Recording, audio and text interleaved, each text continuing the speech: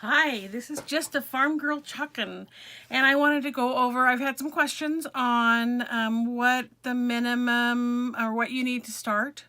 And so I'm going to go through what you absolutely need to start and some of the nice things I found that help that would be optional.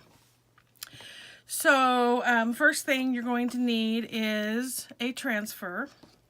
And I have two here that I'm going to show you kind of the differences of what they are, of what you need for them. I have this project, so here's the project. I used the board and base. This goes this way. So you would need the board and base, the transfer. This has two colors, so you need these two chalks.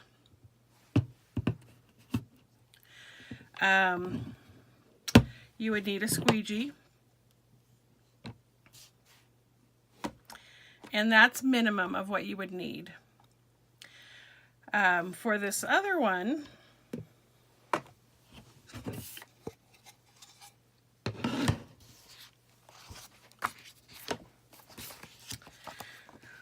you would need the same a surface, so I used the same board and base. You need your transfer, and in this case I used three colors, and it is Current Jam, the Marigold, and Green Envy. The other two were Peacock and Wild Berry. You would still need your squeegee for that one.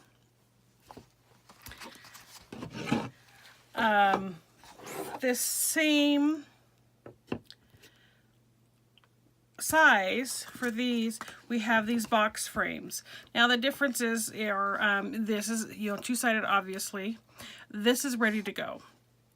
If you got this, you would need to wax it, and I just use a finishing wax from, I think, Johnson & Johnson, or anyway. So what you do is for your hardwood floors. So you would also need that for this if you want, and you could do both sides, but it's not as pretty on that side. But you absolutely you could do both sides, but you would have to wax both sides. So a couple of the options that I have. So I told you you need one squeegee. I personally like a squeegee for each color I'm going to do.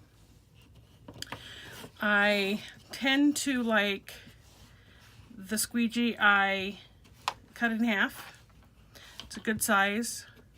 Now there's sometimes that I go for the squeegee that I've cut 3 times. So this is what I started with.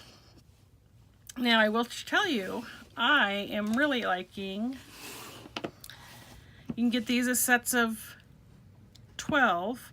They're the mini squeegees. Now if you look at them, they're just a little bit bigger than the half squeegee. These are pretty flexible. These aren't quite as flexible. I am liking this where it's not, you don't have a lot of play when you're chalking. Now when I said I like going for this, this is the multi-tool that I just got. This end is a squeegee, and this end is to clean the rims of the inside of and to stir. Look at this. It's just a little bit smaller than the squeegee I cut into thirds. So, like I said, I like to have a squeegee for each color. So if you get the mini squeegees, you get 12. So you have plenty for what you're doing. And the mini tool, or the multi-tool, could substitute for those squeegees. Another thing I like is my eraser. So I use this this when I'm getting all the chalk off my transfers to scrub it out a little bit. And it actually, you can still see on here the current jam and the probably the Green Envy kind of stained it a little bit. But if I didn't have this, you would see more of the stains. And you can just go in and clean it off. I am really liking these also. And then one thing I've just gotten is the 4-inch squeegee with a handle. And when I was doing this one, I put all of my colors on. And I have a YouTube video on how to do this one. But I put all my colors on, and in one swoop, I was able to take it all off. Same thing with this one. I did kind of the crayon look where you know, you put crayons on and then heat it up. I took this and literally just did this with the 4-inch squeegee. So this is another good option. Other things that you're going to need that aren't Chalk Couture, if you're going to set the, when you're going to set up, I use between either popsicle sticks or the multi-tool to stir up everything. This is really nice, but I only have one of these, and so if I'm stirring up 3 colors, I actually will pull out the popsicle sticks. I've used these to clean up, just get a little wet, clean up a little, any of the little edges of the little mistakes I've made. You will need some paper towels, some Clorox wipes. The Clorox wipes clean up my hands, clean up any little, maybe some bigger messes I've made. But the wipes also, when you're cleaning up your transfers, at the end I clean the front first, while the transfer's still wet. It's not going to stick to my surface, the sticky part. Turn it around and then wipe the adhesive part of my transfer.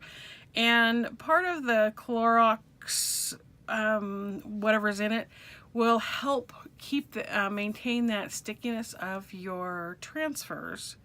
So if you have a transfer that you've used a lot and you need to bring back some of that stickiness, this actually brings it back a little bit. I keep a towel next to me, actually on my lap, to help with the fuzzing and then also dry my hands. A spray bottle.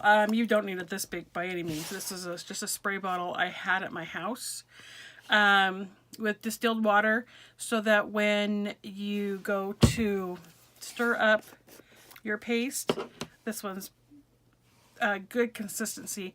To get a good consistency, you want it to be like a cake batter or a yogurt, a Greek yogurt. If it's a little on the tougher side, or if it's even rock hard, just add some distilled water to it and stir it up.